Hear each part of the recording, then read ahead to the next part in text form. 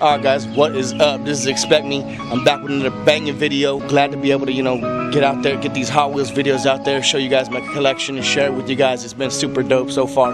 Basically, I'm going to be explaining the bigger pieces in my collection, the things that were super hard to find, and just introducing the castings that I like to collect, and explaining a little bit about them, and which ones were more rare. It's gonna be a dope video. Stick around to the end. Alright guys, we're gonna hop right into this third episode of my collection. I'm just gonna show you guys my treasure hunts first. Some of them old, some of them new. Basically, some of them were a lot more popular than others, so they just had like a lower run on them. Not very many people were able to collect it and get one for themselves. This one more specifically, this one was very hot. It's a 55 Chevy Bel Air gasser. This one was super hard to find. I actually didn't even find it out at any of the stores. I had to purchase this one online. Say what? So aftermarket at that time was about, I think, $20 to $30. I paid quite a bit for it. Now these things are running for around $100. So just had to have the rare pieces being extra. These other pieces I have on the table, basically, this was a casting I started to collect, but they didn't release too many of them. They only had 2 variations. Moving on. This is a set that Hot Wheels collectors made, and the most popular one in the set is going to be this drag bus right here. Everybody had to have that one piece. Me, of course, had to have the whole set. This is another hot casting, the Datsun Bluebird 510. Has row riders. Usually don't get them unless they have, row riders, or if, I like the casting, I'll get it with the plastic wheels. That one, they still don't have too many runs of that one. This one is a Christmas tree ornament. I found this one. I can't remember where I found it, but we were lucky to run into it and pick it up. It's kind of cool. It's like a little mini tiny car on like an actual card like this. But that's pretty cool. We haven't opened it. We're gonna leave it in there like that. These are the cereal ones. This is like a segment that they released on Hot Wheels Collectors. These 3 right here, I think they were like about $20, $25. This is awesome. Unfortunately, they don't have cereal in them like this Frankenberry one over here, but they were still numbered, so they each have the number on here for the rarity or whatever the run was. 1800 on that one, 2400 on the Count Chocula, and 2600 on the Boo Berry. So those are numbered. I thought that was pretty cool. Frankenberry. This one, I don't even remember how this one released. I had to get this on eBay. I think I paid about $40 for it. Either eBay or a trade. I think I might have gotten this one in a trade. I really honestly don't remember. But when you shake it, it's kind of like it has cereal in it. So I thought that was a pretty awesome thing that they did. Attention to detail. Here's some other various things. Like this was a set that I found at Toys R Us. These are convention pieces right here. This was a finale piece that they gave you at the end of the convention. This one here, I put this one on this table just to explain it. Basically, there was a guy in Hot Wheels Collectors. He's one of the admins. If you look in closely, there's like silly string on the going along the bottom of the car. Well, one of the first conventions that I went to, and I didn't get to buy a ticket. I just showed up in LA. They let us in. The kids came with me. Well, this guy was there at like a vending machine that they do. The vending machine is like blanked out. You can't see what's in there. So normally you would be able to see like M&Ms or whatever they had in the vending machine. This one had Hot Wheels. And you would go up A6 or whatever, B3, and then a car would drop out, and it was like a mystery on whatever you got. It would be something like this, or a treasure hunt, things like that. Well, the guy that was standing there, if whatever car you got, he would just go crazy, woo! And spray silly string everywhere, and the kids would get all crazy. Yeah, I'm covered in silly string. So that was awesome, man. It was pretty cool. And they did a tribute car to him, put the silly string on the bottom, and it was pretty dope. I like that they did that. It's just taking care of their employees and stuff like that, I guess. I got this M&M's car. I got this one off the site. Of course, it has its number on the bottom, 131 out of 4,000. And they did an amazing job on this one. I can't remember if you could take, you could take that off, but I'm gonna leave that on there. They did a really good job. They bolted it in, did a good color, put the M&Ms on the side, and it came in a box like this. So you just put the box over the top, and it, slid in here like that, and that's how it came.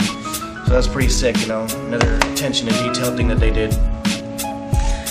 A few moments later. This casting, I thought this was a really cool piece, is actually a bus that they have that like would shuttle employees around at their headquarters in California, at the Hotwheels headquarters in California. I can't remember exactly where it's at. I want to say El Segundo. This casting right here was a pink party car that they had at one of their conventions. So that being said, we're going to jump right into the pink party cars next. This is my pink party car collection.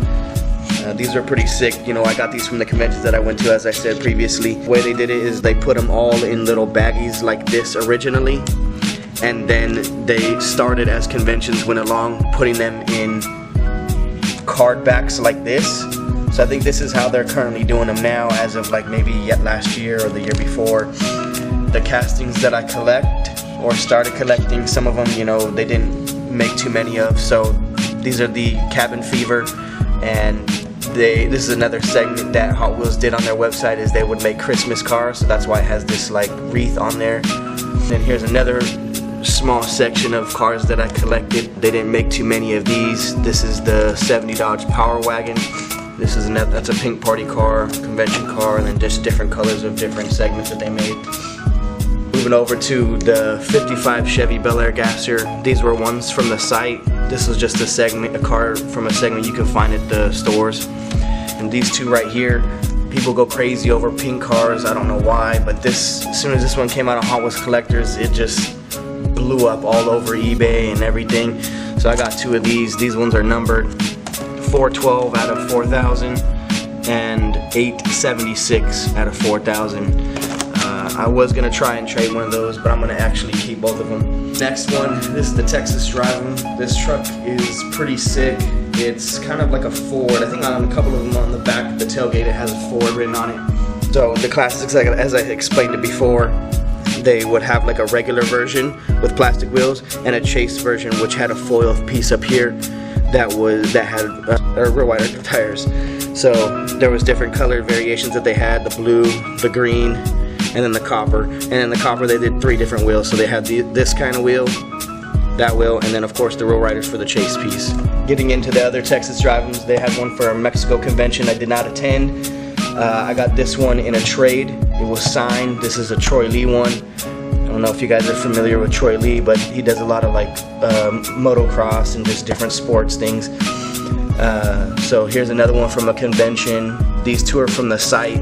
The amount of detail on these two is just ridiculous. I think if you can get up close, it does say Ford in there. Ooh. So that's pretty dope. They put painted the Ford on the back there, and then they also did a good job of painting the bikes. And even the gas canisters right behind the window where the cabin is. And just the detail on this one is amazing. This car just blew up on eBay as well. This is like a 2009. I didn't even get these in 2009. I didn't even know they came out until further down the road, a couple years later. So I ended up getting these through trades, and they just different colors, blue, red, and then the red one had like writing on the tire, or had just regular chrome on the tire or on the rim, and then this one had chrome with the red, and I think this one was a lot rarer and harder to find. So these ones are just different variations from different segments and stuff that they did. Obviously, to finish completing the casting, I had to pick those up. So, alright guys, this is another pretty hard to find piece that I got off of Hot Wheels Collectors, and it's a pretty sick Darth Vader display that they made. So I'll take it out and I'll show you. Came in a little slip cardboard piece like that. Flip open box. Has the Star Wars and Hot Wheels in like a chrome embossing. So this is supposed to be like Darth Vader's sword. Bruh. And it opens up like this, and it makes a noise and lights up.